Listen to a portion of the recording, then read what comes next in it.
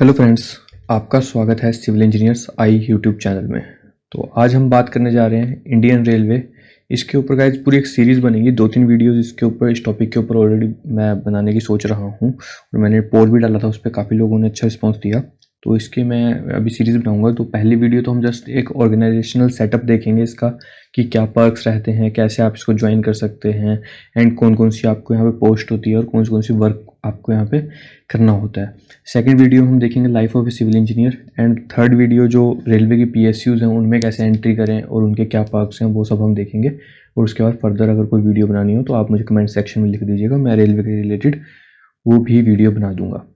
तो first of all तो I think Indian railway में जो है जॉब करना, आई थिंक एक आईएएस की इक्विवेलेंट ही जॉब मानी जाएगी, क्योंकि काफ़ी ज़्यादा पावर यहाँ पे आपको मिलती है और ये बेस्ट इंजीनियरिंग जॉब है। ठीक है, अगर आपको इंजीनियरिंग सेक्टर में सबसे बेस्ट जॉब इंडिया की अगर करनी है तो आप इंडियन रेलवे में जाएं, काफ़ी अच्छा है इसमें जॉब करना।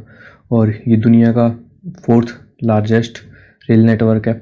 तो चलिए आज के बारे में थोड़ा सा बात करते हैं गाइज। अगर हम इसके अबाउट में देखें तो समझिए ये मिनिस्ट्री ऑफ रेलवेज़ के अंडर आता है। देखिए, जिस चीज़ की अपनी एक मिनिस्ट्री है तो आप उसकी एक पावर समझ लीजिए कि उसमें कोई और डिपार्टमेंट, या जैसे कि आप स्टेट में देखते हैं कि डीएम का इंटरफेरेंस हो सकता है या फिर पुलिस का इंटरफेरेंस हो सकता है, वो सब इंटरफेरेंस आपको यहाँ देखने को नहीं मिलेंगे, क्योंकि इसकी अपनी एक मिनिस्ट्री है, अपनी एक पावर है, अपना एक बजट बनता है।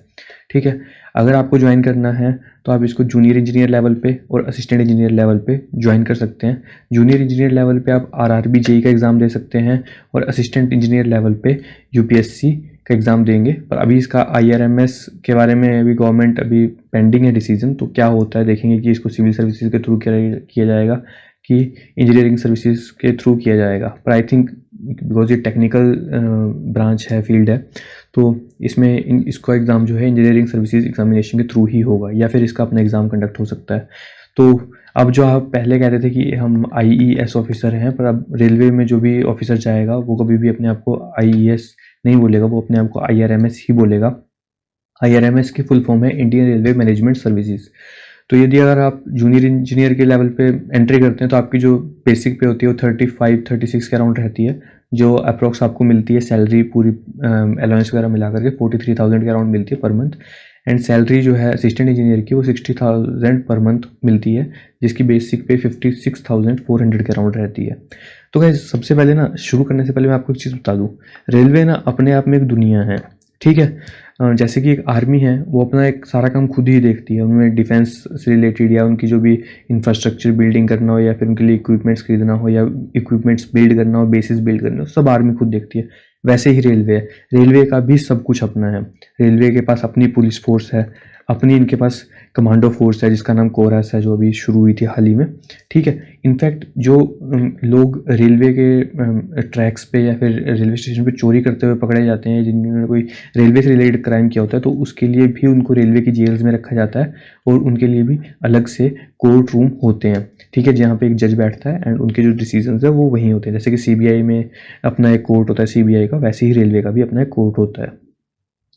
तो और इसको आप एक तरह से कह सकते हैं कि आईएएस के से भी ज़्यादा पावरफुल कह सकते हैं आप इसको, क्योंकि आईएएस एक डिस्ट्रिक्ट को देखता है एक सर्टेन लेवल ऑफ टाइम पे, बट जो इसकी सबसे अच्छी पावर आपको मिलती है डीआरएम की, वो कम से कम आप मान लीजिए कि एक डिवीज़न जो है वो 1 से 2 स्टेट के अंडर होता है, तो उसके अंडर पूरा वो एरिया होता है जो रेलवे से रिलेटेड होता है। बस आईएएस में आपको ये होता है कि जो डीएम की जो आपका पद है वो काफ़ी पहले मिल जाता है और डीआरएम तक पहुँचने के लिए आपको 25 से 30 साल लग जाते हैं। बट इट्स गुड कि अगर आप डीआरएम बनते हैं तो काफ़ी आपके पास पावर होती है।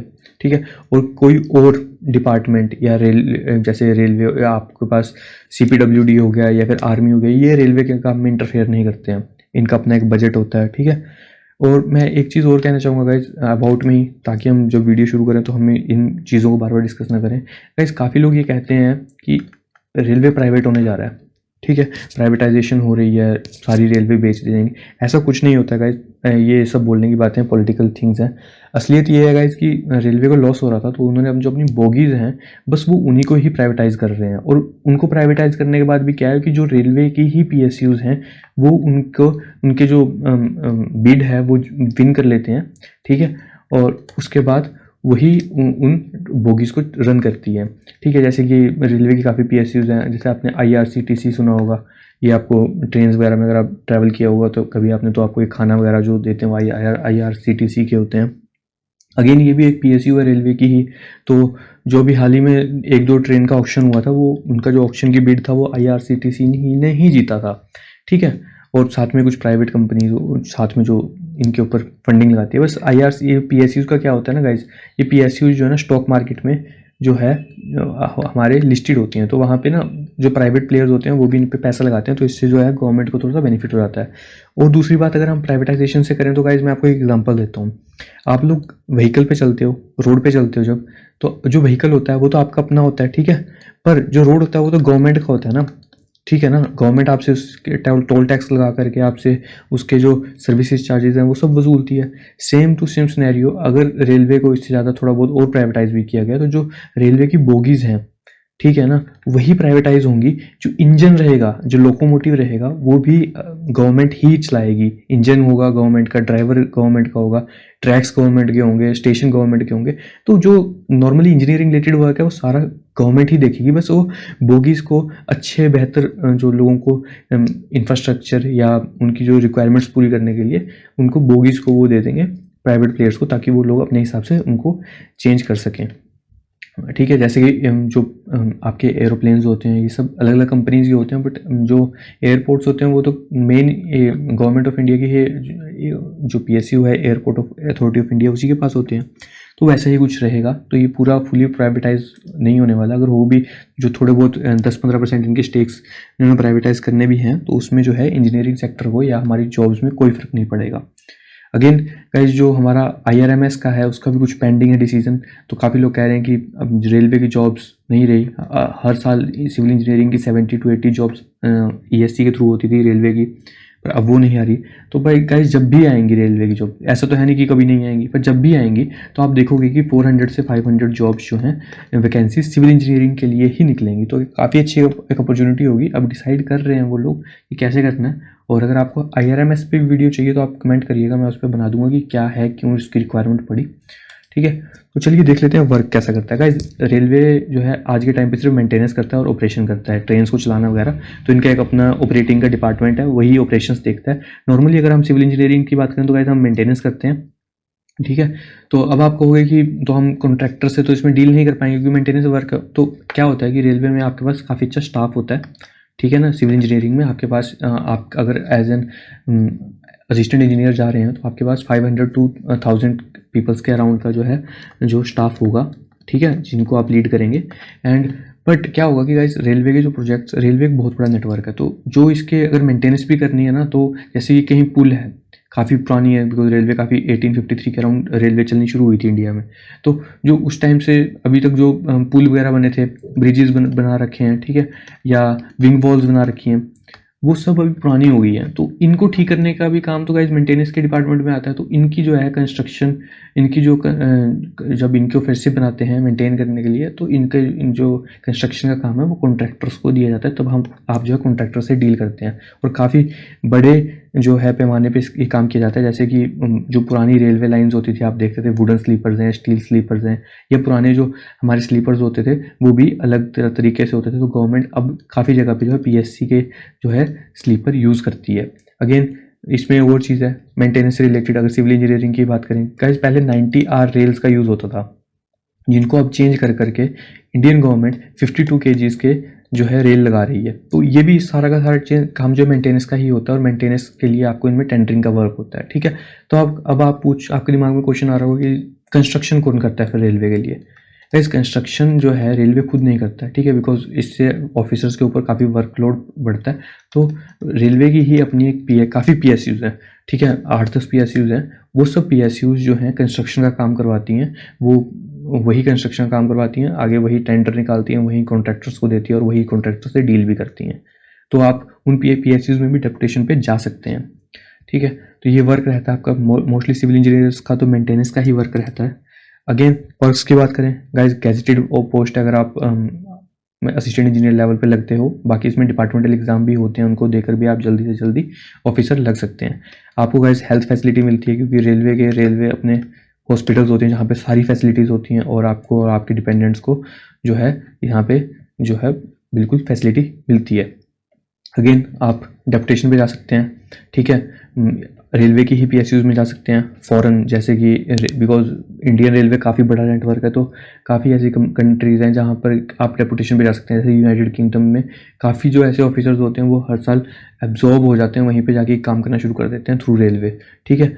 स्टडी लीव के लिए जा सकते हैं आप, 2 साल की स्टडी लीव ले सकते हैं जिसमें आपको जो है बेसिक पे आपको मिलती है आपकी सैलरी की। गाइज अब इतना बड़ा नेटवर्क है तो एक दूसरे कम्युनिकेट करने के लिए क्या है कि CUG सिम दी जाती है। आजकल नॉर्मली जियो के पास है ये सारा टेंडर, तो उसमें आपको हर महीने जो है काफ़ी अच्छा रिचार्ज मिल जाता है, अनलिमिटेड कॉल्स मिल जाती है, 30 GB के अराउंड आपको डाटा मिल जाता है, तो ये सब आपको वहाँ पे मिलता है, ठीक है। और रेलवे आपको काम करने के लिए टैबलेट या फ़ोन भी दे देती है, ठीक है, और ये देती है हर डिपार्टमेंट को, हर ऑफिसर के पास अपनी टैबलेट या फ़ोन होता है काम करने के लिए, और आपको इसमें लैपटॉप्स भी दिया जाता है हर 4 साल बाद, ठीक है। वो रैंक पे डिसाइड करता है, अगर आप असिस्टेंट इंजीनियर लेवल पे हैं या तो आपको 45,000 प्लस GST मिलेगा, अगर आप जूनियर इंजीनियर लेवल पे हैं तो 35,000 प्लस GST मिलेगा। आप इतने का कोई भी लैपटॉप ले सकते हैं, ठीक है। आपको एक अच्छा एकोमोडेशन मिलता है, रेलवे कॉलोनीज़ में मिलता है, आपने काफ़ी बार सुना होगा रेलवे कॉलोनीज़, तो वहाँ पे काफ़ी अच्छा एकोमोडेशन मिलता है, काफ़ी अच्छा एनवायरनमेंट होता है, स्टेडियम्स होते हैं, ठीक है। आपको स्विमिंग पूल्स होते हैं, क्लब्स होते हैं, इनके अपने कम्युनिटी हॉल्स होते हैं, तो रेलवे का अच्छा एक इंफ्रास्ट्रक्चर है, काफ़ी पुरानी है तो काफ़ी एक अच्छा आपको वहाँ पे इंफ्रास्ट्रक्चर वगैरह मिल जाएगा। तो एकोमोडेशन में भी आपको कोई कमी नहीं मिलेगी। 3 BHK 4 BHK 5 BHK के अराउंड आपको घर मिल जाते हैं, और जहाँ नहीं मिलते हैं वहाँ पे आपको HRA मिल जाता है, ठीक है।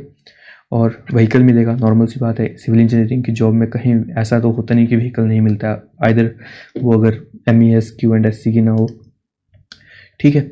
और हम पर्क्स की और बात करें तो गाइस आपको एक सर्वेंट स्टाफ मिल जाता है, ये गाइस किसी और जॉब में नहीं मिलता, IAS और IPS को ही मिलता है, ठीक है। उसके बाद अगर सर्वेंट्स स्टाफ किसी को मिलता है तो वो इंडियन रेलवे के ऑफिसर्स को मिलता है, ठीक है। तो पहले क्या होता था गाइस, बेंगलो PN सिस्टम होता था कि वहाँ पे ऑफिसर्स अपना एक बंदा रख लेते थे, वो बेंगलो का सारा काम देख लेता था।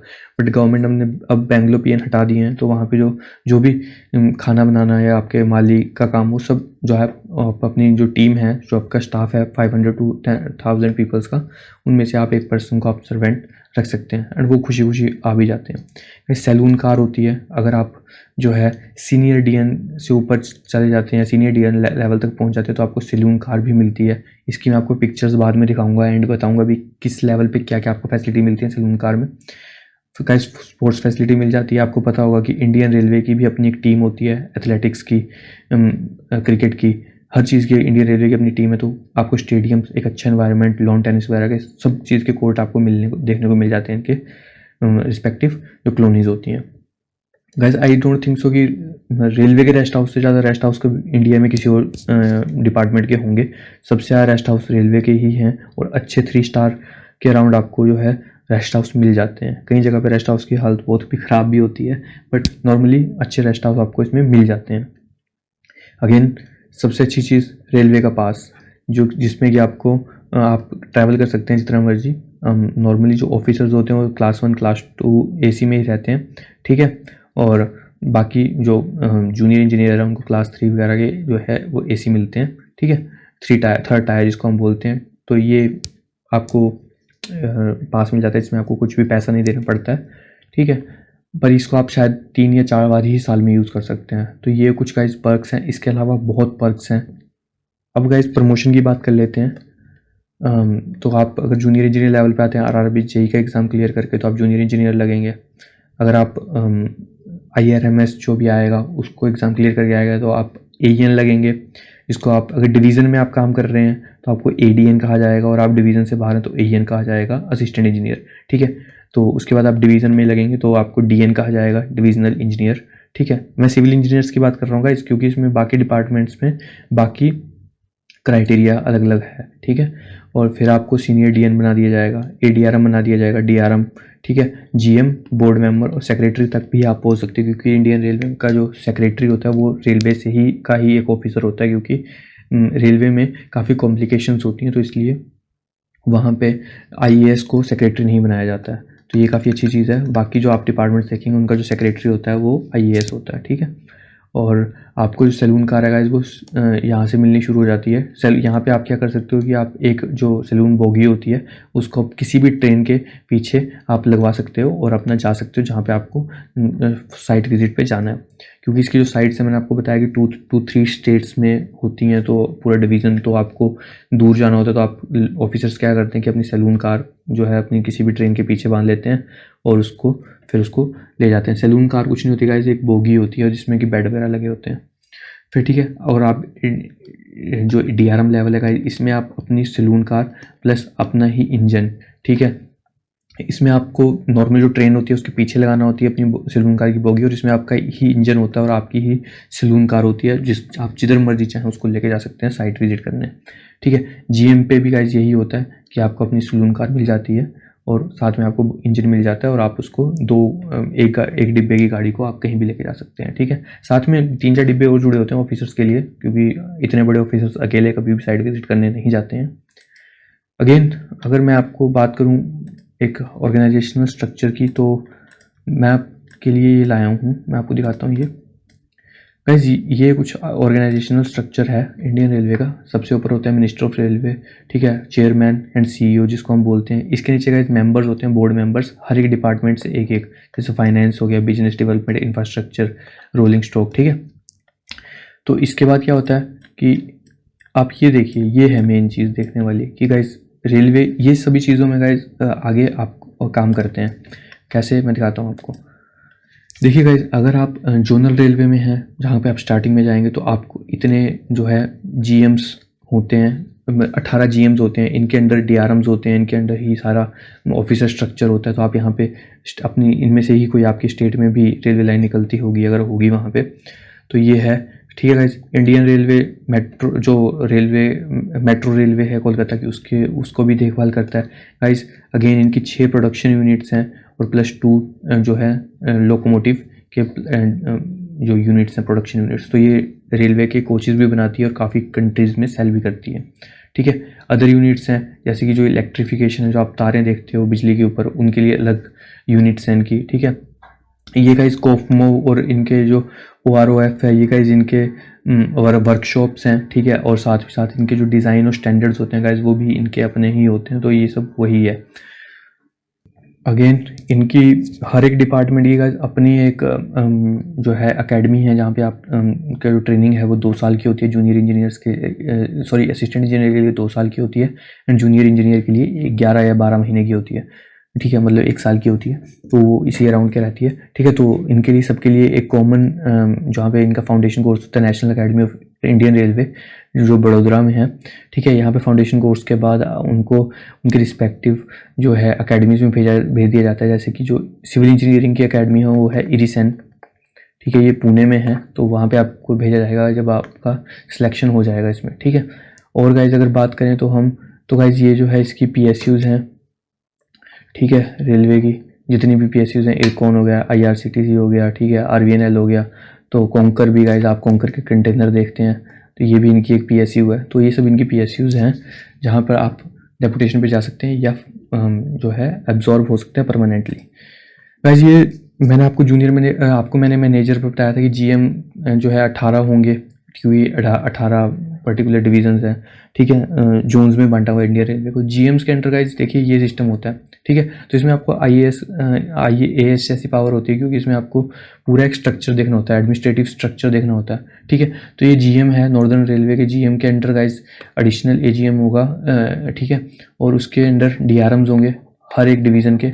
ठीक है, और मैंने आपको कहा था डिवीज़न 1 से 2 स्टेट के अंदर होता है, तो आप देख लीजिए अगर यहाँ पे 5 डिवीज़न है तो कम से कम 10 ये 5 से 7 जो है जो स्टेट्स हैं वो इनके अंडर आती होंगी। ठीक है, तो उसके बाद SDGM अलग अलग, इनकी विजिलेंस इनका अपना है, मैंने आपको बताया था। जैसे कि ऑपरेटिंग अलग है, कमर्शियल इनका अपना है। गाइस स्टोर्स भी इनके अपने होते हैं, बिकॉज इनको मटेरियल भी स्टोर करके रखना होता है। प्रोडक्शन यूनिट है तो उसके बाद मटेरियल को स्टोर करते हैं। सेफ्टी, ठीक है, civil engineering, mechanical engineering, electrical, accounts. ठीक है, बाकी कंपनी जो भी डिपार्टमेंट्स हैं गाइस वो अकाउंट्स के लिए दूसरे डिपार्टमेंट से बात करते हैं। यहाँ पे इनका अकाउंट्स डिपार्टमेंट भी अपना है, कंस्ट्रक्शन डिपार्टमेंट भी अपना है, मेडिकल भी अपना है। ठीक है, सिक्योरिटी के लिए मैंने आपको बताया जैसे कि RPF है इनके पास। ठीक है, पर्सनल अपने हैं, ठीक है, पब्लिक रिलेशंस, एसएनटी। तो गाइस देखिए आप इस पूरा का पूरा आप ये समझ लीजिए जितने भी इंडिया में अदर डिपार्टमेंट्स हैं वो सारे के सारे रेलवे में के अपने डिपार्टमेंट्स भी हैं, तो आपको बाहर जाने की जरूरत ही नहीं पड़ती। अगर हम डीआरएम की बात करें तो गाइज ये एक स्ट्रक्चर है डीआरएम का। डीआरएम के अंडर गाइज एडीआरएम होता है। एडीआरएम के अंडर गाइज सारे के सारे जितने भी डिपार्टमेंट के ऑफिसर्स होते हैं, चाहे वो सिग्नल से हों, टेलीकॉम से हों, या फिर इलेक्ट्रिकल के हों, मैकेनिकल के हों, वो सब ऑफिसर्स इनके अंडर आते हैं। ठीक है, फिर ये सीनियर, जैसे कि मैं आपको बताऊँ सीनियर डीएन जो है गाइज, वो मैंने आपको जैसे बताया था वो सिविल इंजीनियर होता है। तो सीनियर डीएन के अंडर गाइज डीएन्स होते हैं। ठीक है, 1 से 2 डीएन होंगे, और उन दो तीन डीएन्स के अंडर गाइज क्या होगा, काफ़ी ज़्यादा जो है एएन होंगे, और उन एएन्स के अंडर काफ़ी ज़्यादा गाइज जूनियर इंजीनियर्स होते हैं। ठीक है, तो ये कुछ ऑर्गेनाइजेशनल स्ट्रक्चर रहता है गाइज। कहीं जगह पे जो एडीआरएम की पोस्ट है वो स्पेशली सिविल के लिए रिजर्व है। वहाँ पे कहीं कहीं जगह पे ऐसा है कि 2 एडीआरएम होते हैं, एक एडीआरएम बाकी सारे डिपार्टमेंट्स देखता है, और एक एडीआरएम सिर्फ और सिर्फ सिविल इंजीनियरिंग के मैटर्स देखता है। ठीक है, तो ये एक डिवीज़न मैप है गाइस जो फिरोजपुर डिवीज़न का है, ये पंजाब में है। ठीक है, तो देखिए आप इसमें मैं आपको यही दिखाना चाहता हूँ इसमें कितना कुछ है। ये देखिए गाइस श्रीनगर मतलब कश्मीर, जम्मू कश्मीर। ठीक है, आ गया यहाँ पे गाइस, ये पूरा पंजाब अपना इसका, यहाँ पे पंजाब का डिवीज़न इसका है। ठीक है गाइस, ये जोगिंदर नगर हिमाचल, ये सर जोगिंदर नगर साइड पे आ गया आपको, तो ये हिमाचल हो गया। हिमाचल में इतना रेलवे नेटवर्क नहीं है, पर तो जितना भी है वो सब थोड़ा बहुत फिरोजपुर के अंडर है और थोड़ा बहुत अम्बाला के अंडर है। ठीक है, और इधर से थोड़ा बहुत एरिया जो है गाइज वो जो है आपका राजस्थान का भी पड़ जाता है।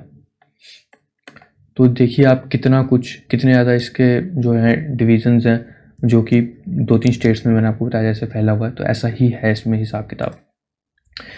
जैसे हमने वर्क की तो बात कर ही ली कि मेंटेनेंस और ऑपरेशन करते हैं। गाइज ये है सैलून कार, ये होती है सैलून कार जहाँ पे सोफ़ा वगैरह लगा होता है। ठीक है, ये एक प्रॉपर गाइज बोगी होती है जिसके अंदर ये इन्होंने चेंज करके ऑफिसर्स के लिए बनाया होता है। सोफ़ा होता है, बोगी होती है। ठीक है, ये ऐसे इस तरह से बेड कुछ लगे होते हैं। तो ये इस तरह की कुछ हमारी सैलून कार होती है जो कि आपको मिल जाती है सीनियर डीएन तक पहुँचने में। उसके बाद फिर आपको इसमें एडवांसमेंट ही मिलती है। तो गाइज़ ये था हमारा इंडियन रेलवे पे टॉपिक। आई होप आपको ये टॉपिक पसंद आया होगा, और आपके कोई भी डाउट है तो आप कमेंट सेक्शन में पूछे, मैं इसका आंसर करूँगा या फिर उसके लिए अलग से एक वीडियो बना दूंगा। So thanks for watching this video guys.